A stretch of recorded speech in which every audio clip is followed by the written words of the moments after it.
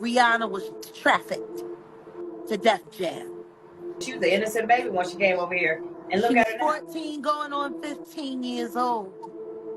Flown over without parental supervision in a private plane by a man who was supposed to be a producer who auditioned her at 3 a.m. in the fucking morning in a hotel room. Auditioning at 3 a.m. in the morning, a 14-year-old girl. She was flown to another country. She was taken to Def Jam headquarters. She was left in a conference room alone with Sean Carter for nearly 6 hours alone with no parental supervision. Her father collected a $500,000 check. She has the fastest inked deal in Def Jam history.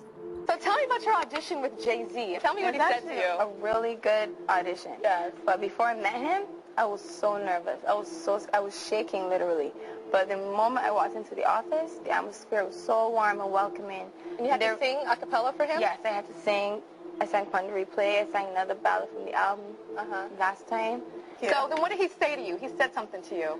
Oh, yes. He said, we don't sing songs here. We sing artists. And there was this little pause, and I was nervous. But then he said, and we're interested. And there was this sudden feel of relief. But then he said something about a window and a door or something. Oh, then he said, you did it homework. I did a lot of homework on you, Miss Lady. He said, there are two ways to leave here, either through the door with the deal sign or through this window, and we're on the 29th floor. So you was like, where's the pen? Where's the paper? I'm signing. Yeah. And I'm sure working with Jay-Z. Rihanna. Mm-hmm. She's from Barbados? Yeah. Okay. Okay, she's Bayesian.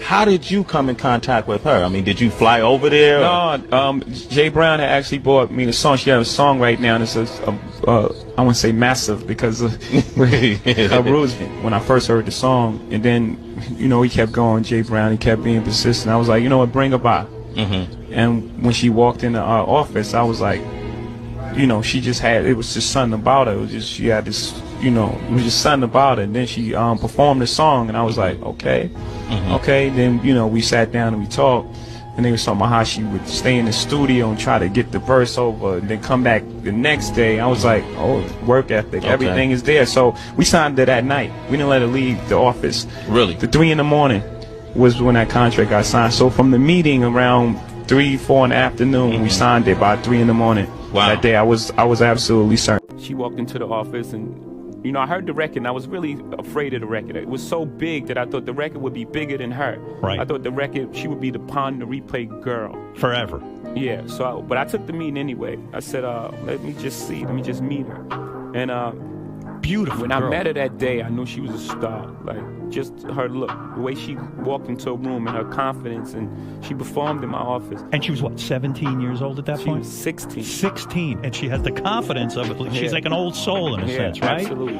So she walks in your office, and what, she just belts out a tune? Belts out a tune, she performs, and I tell her, there's no way out of this office. I signed her that day. Wow. 17-year-old Rihanna in a room at 3 a.m. with these people.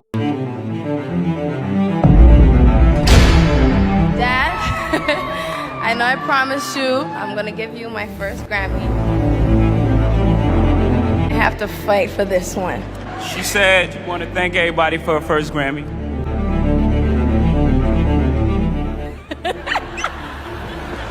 Anyway, I'd like to thank Jay-Z for being a part of this record with me.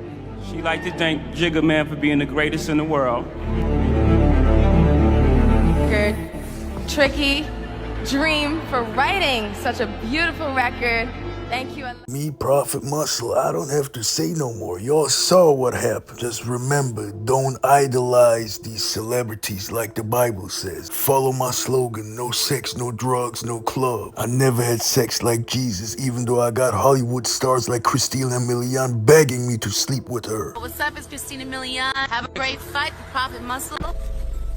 No sex, no drugs, no love, no party.